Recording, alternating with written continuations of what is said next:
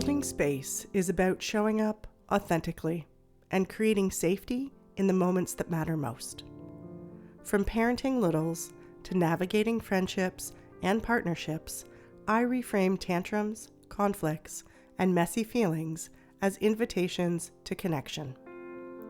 I'm Julia Clark, a psychotherapist and play therapist with over 30 years of experience walking alongside children, families, and the people who care for them. Each episode explores the building blocks of emotional literacy, co-regulation, and boundaries, while honoring the intergenerational stories we carry within. Blending science with lived wisdom, I believe growth is playful, healing is possible, and we are all learning together.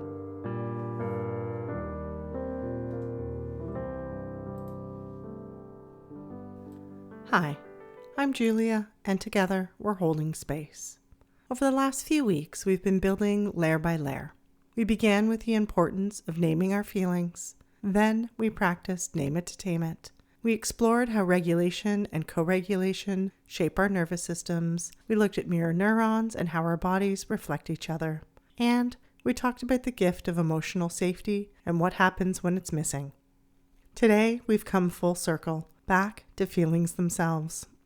And now we can see why naming them clearly is such an important first step. We're talking about a simple but powerful tool that can help us better understand what we're feeling and help us talk about it too. It's called the feelings wheel. The feelings wheel takes big, vague feelings like bad or upset and helps us find the real emotions underneath. Here's the truth. Most of us weren't taught how to name our feelings. We learned how to say we're fine, or mad, or stressed. But that doesn't really tell the whole story. The feelings wheel gives us language. It shows us that mad might actually be frustrated or disrespected or even powerless. And once we name the feeling, we can begin to move through it. This tool is incredibly helpful for adults and kids. It helps us pause, check in, and get specific, which is exactly what our nervous system needs to start regulating. Sometimes I bring the wheel or a feelings poster out in session with a child and say, can you point to what your body might be feeling right now? And they can, even before they have the words, because naming feelings doesn't make them bigger. It makes them manageable. It says, I see you. You're allowed to be here. You might be wondering, why does naming feelings matter so much? And here's why. When we don't have words for what we're feeling, everything stays stuck in our bodies as tension, irritability, or shutdown. The feelings wheel becomes a map, helping us move from overwhelm to understanding, from reactivity to response. When we can say I feel dismissed instead of just I'm mad, we open the door for connection, clarity, and repair. And here's something we don't talk about as often. The feelings wheel also helps us deepen into our positive emotions. Instead of stopping at happy, we might discover we actually feel calm, peaceful, courageous, warm, or even light. That deeper naming not only helps us understand ourselves, it helps us communicate more clearly in our relationships. Instead of saying, I'm happy when I'm with you, we might say, I feel safe with you, or I feel inspired when I'm around you. That depth strengthens connection and allows others to see us more fully. It turns a passing smile into a moment of intimacy and truth. What this looks like in action. Let's say I notice I'm snapping at everyone at home. I pause and ask myself, what's really going on? I pull out the feelings wheel. I scan the center and land on angry. But I keep going, moving outward, and notice it's not just anger. It's overwhelmed. It's ignored.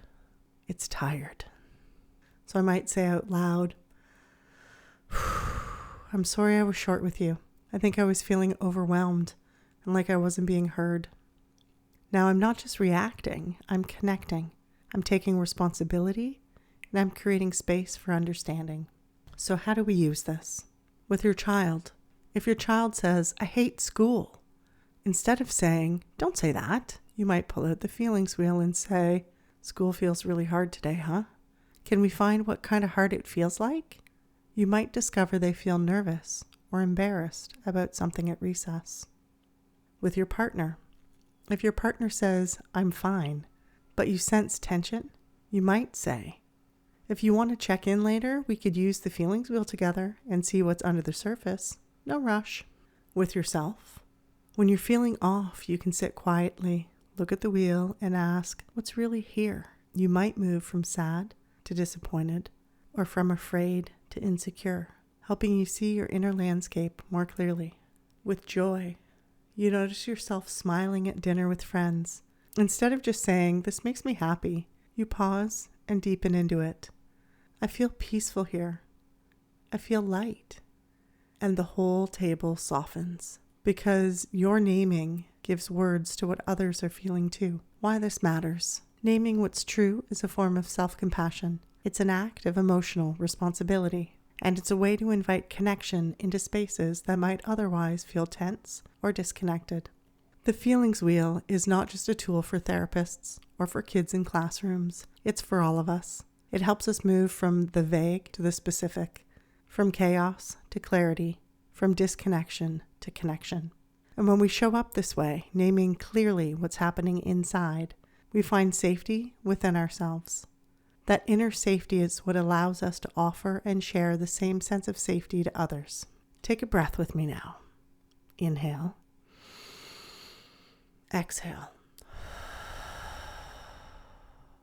Ask yourself, when I say I feel bad or off, what might be underneath that?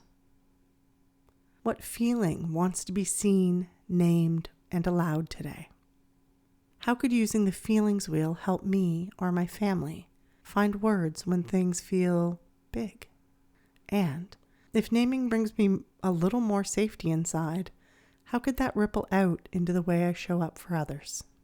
Remember, you don't have to get it perfect.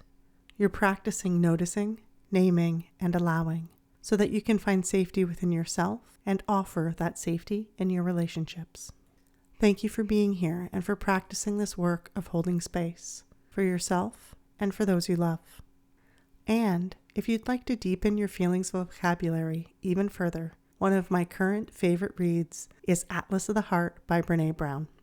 The way she maps, wink wink, our emotions in this book is such a gift.